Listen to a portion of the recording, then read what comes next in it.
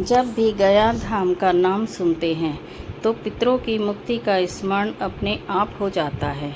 लेकिन क्या आप जानते हैं कि गया कैसे बना पितरों का मोक्ष धाम? तो आज हम इसी विषय पर चर्चा करते हैं। आशा है आपको यह बहुत पसंद आएगा और आप इसे सुनकर आनंद का अनुभव प्राप्त करेंगे। विष्णु जी ने बताया कि तीर्थ कैसे बना पितरों के मोक्ष का स्थान।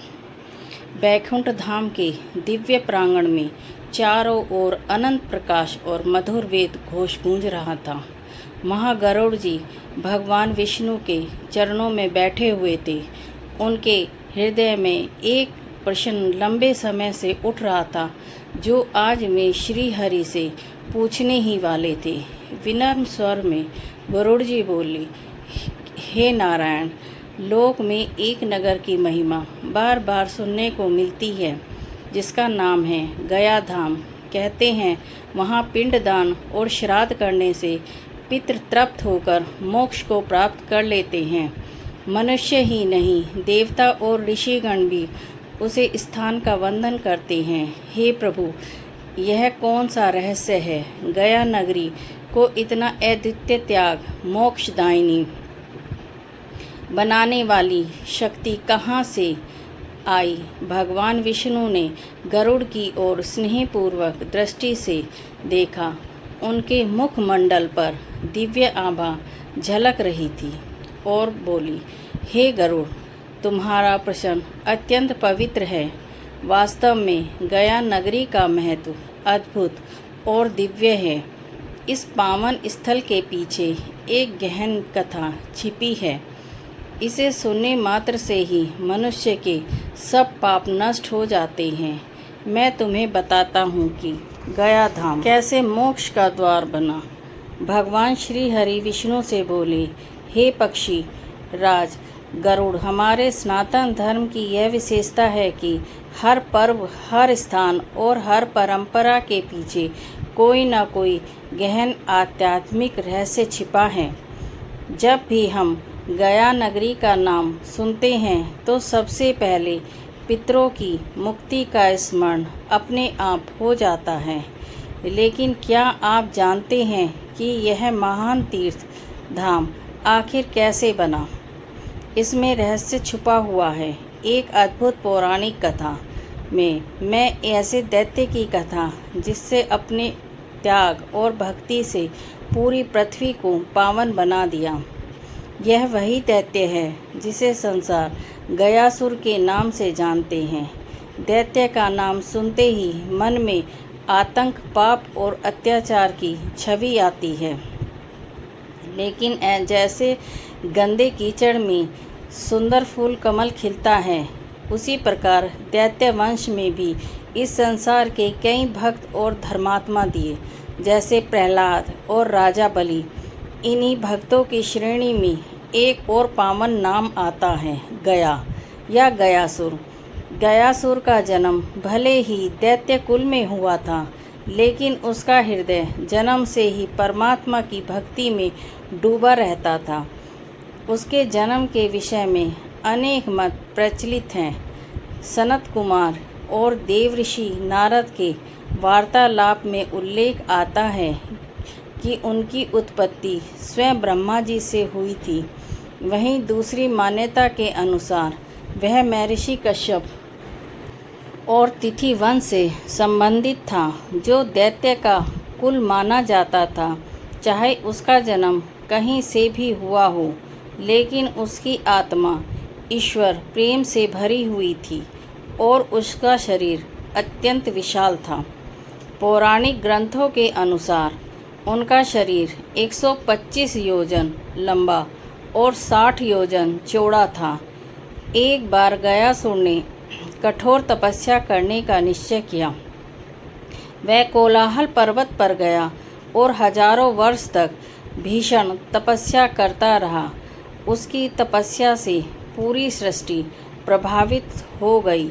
इंद्र और अन्य देवताओं को भय हुआ कि कहीं गया और उसकी साधना से स्वर्ग का राज्य ना छीन ले। सभी ब्रह्मा जी के पास पहुँचे और समाधान मांगा। ब्रह्मा जी ने उन्हें लेकर भगवान शिव के पास गए। तब भगवान शिव ने कहा, जो भी तपस्या करता है उसका फल अवश्य मिलता है। गयासुर कोई साधारण तप नहीं कर रहा है, वह तो स्वयं भगवान विष्णु की तपस्या कर रहा है। इसीलिए हमें नारायण से ही उपाय पूछना होगा। तब ब्रह्मा जी, शिव और सभी देवता मिलकर भगवान श्री हरि के धाम पहुँचे। भगवान विष्णु ने उनका स्वागत किया और उन्हें आश्वस्त किया कि गयासुर स्वर्ग का राज्य नहीं प्राप्त करेगा, किंतु उसकी तपस्या से प्रसन्न होकर मैं उसे दर्शन अवश्य दूंगा। फिर भगवान श्री हरि गयासुर के समक्ष प्रकट हुए और पूछा कि गया, और तुमने इतनी घोर तपस्या किस कारण से की है? गयासुर ने विनम्र भाव से उत्तर दिया, प्रभु, मेरे तप का एकमात्र उद्देश्य आपके दर्शन ही थे। मुझे और किसी वस्तु की चाह नहीं है।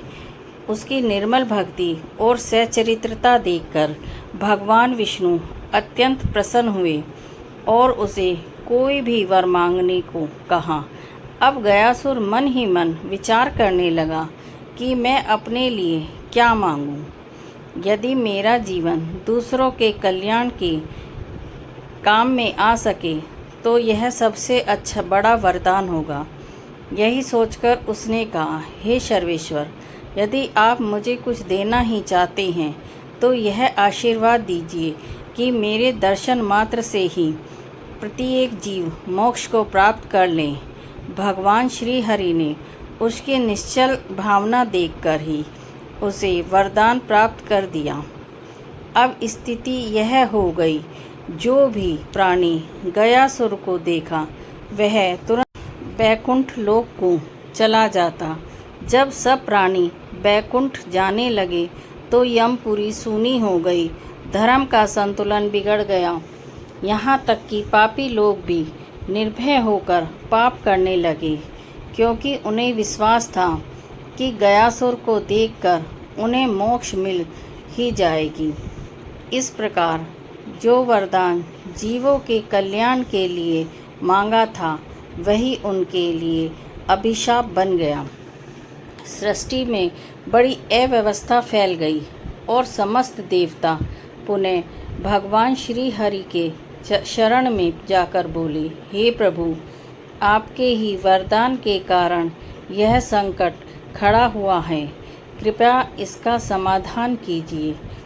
महान भक्त गयासुर उनके जीवन की मुक्ति का साधन बन गया था, किंतु उसका वरदान सृष्टि के लिए संकट का कारण भी बन बैठा। मोक्ष की प्राप्ति तो स्वयं देवता के लिए भी कठिन होती है, किंतु श्री हरि विष्णु के वरदान के कारण दुष्ट और पापी भी केवल गयासुर के दर्शन मात्र से मोक्ष प्राप्त कर रहे थे। यह देखकर देवता अत्यंत चिंतित हुए और श्री हरि की शरण में जाकर बोले, प्रभु, अब आप हमें इस अव्यवस्था से बचाइए। तब श्री हरि ने ब्रह्म देवता से कहा, वेदों के ज्ञाता, आप जगत कल्याण हेतु एक महान यज्ञ का आयोजन कीजिए और यज्ञ की भूमि के लिए गयासुर से उसका शरीर मांग लीजिए। इसी प्रकार सृष्टि के भले के लिए गयासुर ने जो वरदान मांगा था उसका समाधान हो सकेगा। दंडवत प्रणाम करते हुए कहा, हे परमेश्वर, यह मेरा अहोभाग्य है कि आपने मुझे दर्शन दिए। आपके दर्शन के लिए तो देवता भी घोर तप करना पड़ता है, परंतु आज ऐसा क्या कारण है कि आप स्वयं मेरे पास आए हैं? ब्रह्म देवता मुस्कुराते हुए बोले, भक्त श्रेष्ठ, भगवान श्री हरि की इच्छा है कि पृथ्वी पर एक ऐसा महान यज्ञ संपन्न हो जो ना तो आज तक हुआ है और ना ही भविष्य में हो। उनकी इच्छा है उस यज्ञ का संचालन मैं स्वयं करूं। किंतु इसमें एक बड़ी अड़चन है और उसके केवल तुम ही दूर कर सकते हो। गयासुर ने कहा, आप मुझसे किस प्रकार की सहायता की अपेक्षा रखते हैं? यह मेरा सौभाग्य है। मैं तो सदैव जगत के कल्याण के लिए तत्पर रहता हूँ। आपने जिस यज्ञ की इच्छा प्रकट की है वह निश्चित ही संसार को सुख देने वाला होगा, इसीलिए इसका आयोजन अवश्य होना चाहिए। कृपया बताइए कि उसमें अड़चन क्या है। तब ब्रह्मदेव ने कहा, श्री हरि के अनुसार यज्ञ ऐसी भूमि पर होना चाहिए जो इस जगत में सर्वाधिक पवित्र हो। ऐसी भूमि केवल आपके दर्शन मात्र से मनुष्य जन्म मरण के चक्र से मुक्त हो जाए और जिसके पुण्य से जीव सीधे बैकुंठ को प्रस्थान कर सके। मुझे उस यज्ञ के लिए एक ऐसी भूमि चाहिए। यह सुनकर गयासुर आश्चर्यचकित रह गया। कुछ देर मौन रहने के बाद बोला, हे परमात्मा, आपने जिस भूमि की आकांक्षा व्यक्त की है वैसे भूमि पाना असंभव है। जब आप जैसे सृष्टि को कर्ता भी उसे खोज नहीं पा रहे तो मैं कहाँ से ढूंढ कर लाऊंगा।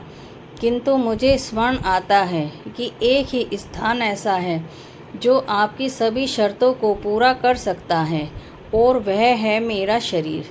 श्री हरि के आशीर्वाद से जो भी मेरे शरीर के दर्शन करता है वह मुक्त हो जाता है। अतः उस यज्ञ की भूमि हेतु मैं अपना शरीर समर्पित करता हूँ। आप निश्चिंत होकर मेरे शरीर पर यज्ञ संपन्न करें। गयासुर की इस अद्वितीय त्याग और निस्वार्थ भाव को देखकर ब्रह्मदेव अत्यंत प्रसन्न हुए और बोले, हे गयासुर, तुम वास्तव में भक्तों में श्रेष्ठ हो। अपने शरीर का इस प्रकार दान देना हर किसी के लिए संभव नहीं है। तुम्हारे इस महान त्याग के कारण तुम्हारा नाम दधीचि के समान श्रद्धा और आदर से लिया जाएगा। तुम्हारे शरीर पर संपन्न होने वाला यह यज्ञ तीनों लोकों में याद रखा जाएगा। ब्रह्मदेव यज्ञ की तैयारी हेतु अपने लोग लौट गए। इधर गयासुर दक्षिण पश्चिम दिशा में पृथ्वी पर गिर पड़ा। उसके चरण दक्षिण दिशा की ओर और सर पश्चिम दिशा की ओर कोलाहल पर्वत पर जा टिका। इस प्रकार 125 योजन लंबे और 60 योजन चौड़े गयासुर के विराट शरीर पर ब्रह्मदेव स्वयं यज्ञ करने को विराजमान हुए। जैसे ही यज्ञ प्रारंभ हुआ, गयासुर का विशाल शरीर हिलने लगा। तब ब्रह्मदेव ने अपने तेज से 40 ऋतु यज्ञ करने वाले पुरोहित को उत्पन्न किया और उन्हें आदेश दिया कि वह गयासुर के शरीर पर विराजमान हो। उसकी आज्ञा अनुसार से 40 ऋतु गयासुर के शरीर पर बैठ गए। लेकिन आश्चर्य की बात यह थी कि उसके बाद भी गयासुर का शरीर हिलता ही रहा। अब ब्रह्मदेव सभी देवताओं को गयासुर के शरीर पर विराजमान होने को कहा ताकि उसका शरीर स्थिर हो सके। किंतु जब सभी देवता भी बैठ गए किंतु गयासुर का सर लगातार हिलता ही रहा। पिछले में आपने सुना कैसे देवताओं ने गयासुर से उसकी भूमि मांगी और गयासुर ने अपना शरीर यज्ञ भूमि के लिए समर्पित कर दिया। लेकिन यज्ञ की यह यात्रा यहीं समाप्त नहीं हुई। इसके आगे घटा एक अद्भुत प्रसंग। धर्मव्रता की कथा और प्रेतशिला की उत्पत्ति कहाँ से हुई। त्रेता युग में धर्मराज की पत्नी अत्यंत तपस्विनी और पतिव्रता नारी थी। उन्होंने एक कठोर व्रत का संकल्प लिया था। नियम यह था कि व्रत के पूर्ण होने पर वह अग्नि में आहुति देती रहेगी और किसी भी परिस्थिति में व्रत को नहीं तोड़ेगी। इसी दौरान धर्मराज कहीं बाहर गए हुए थे। तभी वहां भगवान ब्रह्मा पधारे। धर्मव्रता दुविधा में पड़ गई। एक और पत्नी के आदेश और व्रत की मर्यादा, दूसरी ओर स्वयं सृष्टिकर्ता ब्रह्मा की सेवा का अवसर। उन्होंने सोचा, यदि मैं ब्रह्मा जी की सेवा में लगती हूँ तो मेरा व्रत अधूरा रह जाएगा। लेकिन यदि मैं व्रत निभाती हूँ तो ब्रह्मा जी का अपमान होगा। तब पतिव्रता ने ब्रह्मा जी को छोड़कर यज्ञ कुंड में आहुति देती रही। ब्रह्मा जी को इस उपेक्षा से अत्यंत क्रोधित हो गए। उन्होंने धर्मव्रता को श्राप दे दिया, हे नारी, तू पत्थर का रूप धारण कर ले। श्राप मिलते ही शिला बन गई। बाद में वह जब धर्मराज लौटे और उन्होंने यह घटना सुनी, तब ब्रह्मा जी से प्रार्थना करने लगे। धर्मराज ने कहा, ब्रह्मदेव, उसने जानबूझकर आपका अपमान नहीं करा, उन्होंने केवल व्रत की मर्यादा का पालन किया। आप कृपा करके अपना श्राप वापस ले लें। ब्रह्मा जी ने कहा, हे धर्मराज, मैंने जो कहा वह अटल है, किंतु इतना वरदान देता हूँ कि वह शिला गया धाम में प्रतिष्ठित होगी। इसका नाम होगा वेदशिला। यहाँ जो श्राद्ध और पिंडदान करेगा उसके पितरों की मोक्ष की प्राप्ति होगी। इसी कारण धाम में आज भी प्रेतशिला का विशेष महत्व है। यहाँ श्राद्ध करने से पितरों को मोक्ष प्राप्त होता है। माना जाता है कि पत्थर रूप के कारण ही यह स्थान पितरों की मुक्ति का अद्वितीय धाम बन गया। महात्मा ग्रंथ में लिखा है, वेदशिला नाम में परिवर्तित हो गई। यह जो प्रेतशिला है, यह वही धर्मव्रता है जिन्होंने अपने पतिव्रत धर्म के रक्षा के लिए पत्थर रूप धारण किया। अब हम चलते हैं गयासुर की ओर। जब देवताओं ने गयासुर के शरीर पर यज्ञ आरंभ किया तो गयासुर का शरीर निरंतर हिलने डुलने लगा, यज्ञ बाधित होने लगा। देवताओं को चिंता हुई कि यदि उसका शरीर स्थिर न हुआ तो यज्ञ अधूरा रह जाएगा। तब भगवान विष्णु ने आदेश दिया कि गयासुर के शरीर को स्थिर करने के लिए विभिन्न पत्थर रखे जाएं। ब्रह्मा जी ने गिद्धकुट पर्वत रखा, विष्णु जी ने रामशिला रखी, शिव जी ने ब्रह्मयोनि पर्वत रखा। इन पर्वतों को रखने के बाद भी गयासुर का शरीर पूरी तरह स्थिर नहीं हुआ। तब देवताओं ने स्वयं गयासुर से कहा, हे गयासुर, धर्म की स्थापना के लिए तुम्हें धैर्यपूर्वक पीड़ा सहनी होगी। तब गयासुर ने उत्तर दिया, यदि मेरे शरीर पर किए गए श्राद्ध और पिंडदान से समस्त प्राणियों के पितृ तृप्त होंगे और मोक्ष मिलेगा तो मैं सहज स्वीकार करता हूँ। इस प्रकार गयासुर स्वयं को पितृ मोक्ष का आधार बना दिया। आज भी गया की प्रेतशिला, रामशिला, ब्रह्मा योनि और गिद्धकुट पर्वत इस कथा के साक्षी हैं।